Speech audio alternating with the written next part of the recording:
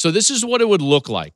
In a 16-team model where the top 2 seeds get a bye, only the 4 lowest seeds would be playing games in round 1. That round would be played on the weekend that Army-Navy plays their game just a week after the conference championship games. So the 13th ranked team would play the 16th ranked team, and the 14th ranked team would play the 15th ranked team. So 13 through 16 are playing in round 1. So there's your round 1. It's only 2 games and it's only 4 teams. Doesn't seem like a huge round 1, right? It's more like a play-in game. Yeah, it really is more like a play-in game. Those seeds would be established by the committee, but they would be earned through automatic berths, which I'm all for. Now, once we have winners of those games, now we would get into a bracket like you and I know and love, in particular in the NFL, which is kind of a 14-team model with 2 byes. So you see how now you just slot in those winners into this model that you're seeing up there, where you've got number 1 seed and number 2 seed that have byes into the quarterfinals, and then you've got those 6 games. So the games would be as followed. The 3 seed plays the 4 seed, 4, 13, 5, 12, 6, 11, 7, 10, 8, 9. All of those games would happen on the, quote, second round of the playoffs. Then we would get into the quarterfinals, which we would incorporate the top 2 seeds, which had byes to that point, and we would play in from there. I do want to stress that my idea about playing a seeding style tournament rather than a bracket style tournament would apply in this model as well. This would be my suggestion, is to play seeding and not brackets, so that winning your conference championship in the SEC or the Big Ten would really matter. It would really matter because, sake of argument, if you were the number 1 seed overall in the playoffs, that would mean that after the first round, those first 2 games, and then after the 6 games of the second round, you would get to play the lowest remaining ranked team. Why not give them that advantage? I would also put that game on campus.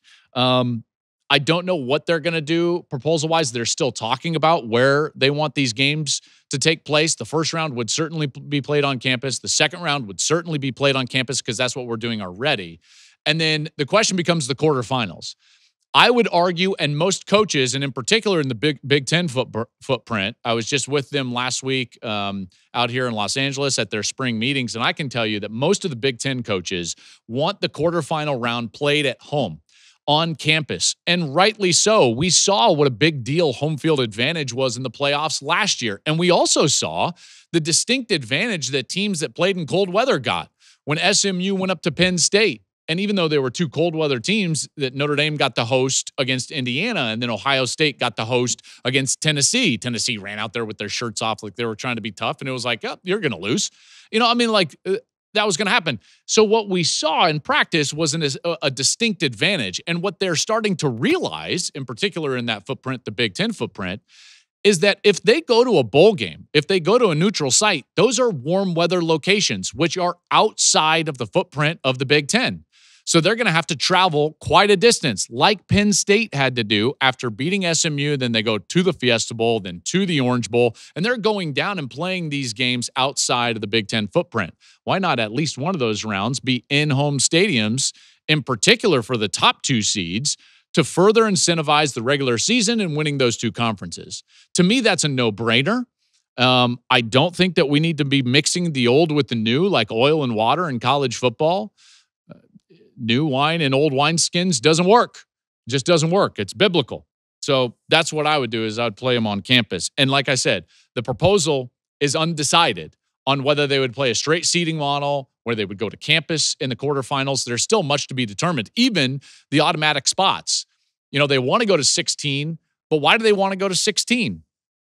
They want to go to 16 for a safety net. I want to go back to that graphic here, and let's talk about these 2 different models that the 16-team playoff format kind of entails. So if you remember, what I went over is, in each of the models, the SEC and the Big Ten get 4 automatic qualifying berths. In one of them, then the ACC and the Big 12 would get 3 automatic spots. Then the group of 5 would get 1, and Notre Dame at large would get 1. Well, the SEC and the Big Ten don't really like that because they don't feel like they should be giving extra spots to the ACC and the Big 12. They don't feel like those leagues are tough enough. Quite frankly, I agree. They're not deep enough to get the third automatic spot. So they would rather those two conferences have two automatic spots, which would free up those two more at-large berths at the end. And Notre Dame and everybody would be fighting for those three at-large berths in a 16-team model. Okay, so what do those three at-large berths actually represent? And I already touched on this, and that is it's a safety net. And it's unneeded, it's unwarranted, and it's greedy. I do not like the 16-team model for this reason. It is not needed. We do not need to be redundant. If we go to an expanded playoff, 14 is all we need. All we need is 4 automatic berths from the SEC and the Big 10, 2 from the ACC and the Big 12, 1 for the Group of 5, and 1 for Notre Dame or at large. That's all we need. Why? Why is that all we need? What if we need a 5th team from? No, one, we don't need a 5th team from those conferences because we're already giving them access via the access-based model and more in particular with the play-in weekend.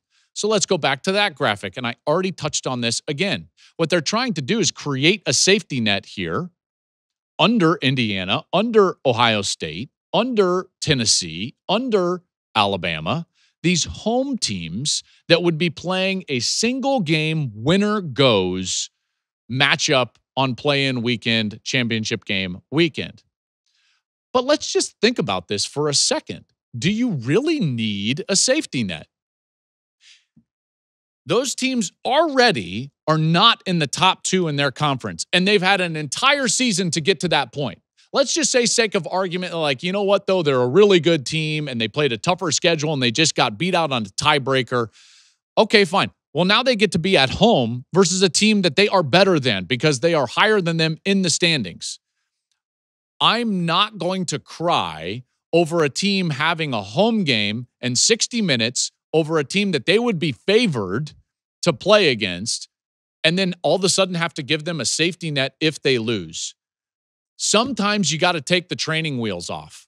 And I say this with respect, but now you're getting into the greed zone. You do not need those. Plus, as soon as you start getting into that territory, you're bringing the committee back into it. We want access-based. We don't want the committee. College football fans hate the committee. We want them as far away from our playoff system as we can possibly get them. We're still going to have them to seed this thing, which, you know what, is hard to swallow in the first place. But if you're telling me that we're going to get back into a mode where we're going to let teams in the back door of the playoff based on the committee, well, guess what? We're going to increase the probability that teams are not going to play anybody in the non-conference. We're already seeing that. Tennessee and Nebraska got rid of that matchup. USC Notre Dame is not playing. Like, come on. What are we doing? We have to retain the importance of the regular season, continue to encourage quality non-league matchups, and you can do that through seeding, but you're not going to do that through a model where you're giving access to the college football playoff just based off of wins and losses. You're going to encourage everybody to get rid of those games and just get wins. So I go back to this. I do not want a selection-based model in any way, shape, or form. I want an access-based model, and we can get that. And the model that I just talked about there, where we have all of these games on championship game weekend, by the way, if you actually think about it, it's not a 14-team playoff. It's a 24-team playoff. It's a 25-team playoff. It's a 26-team playoff.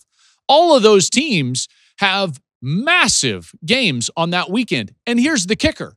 They would be playing massive games the entire month of November, to get themselves into those games. So just think about this for a moment.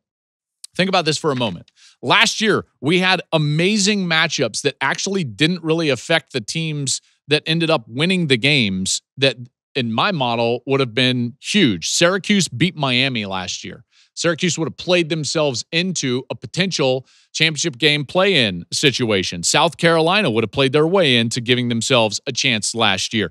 Iowa beat Nebraska on a last-second field goal in the final week. They would have played themselves into a play-in game against Ohio State.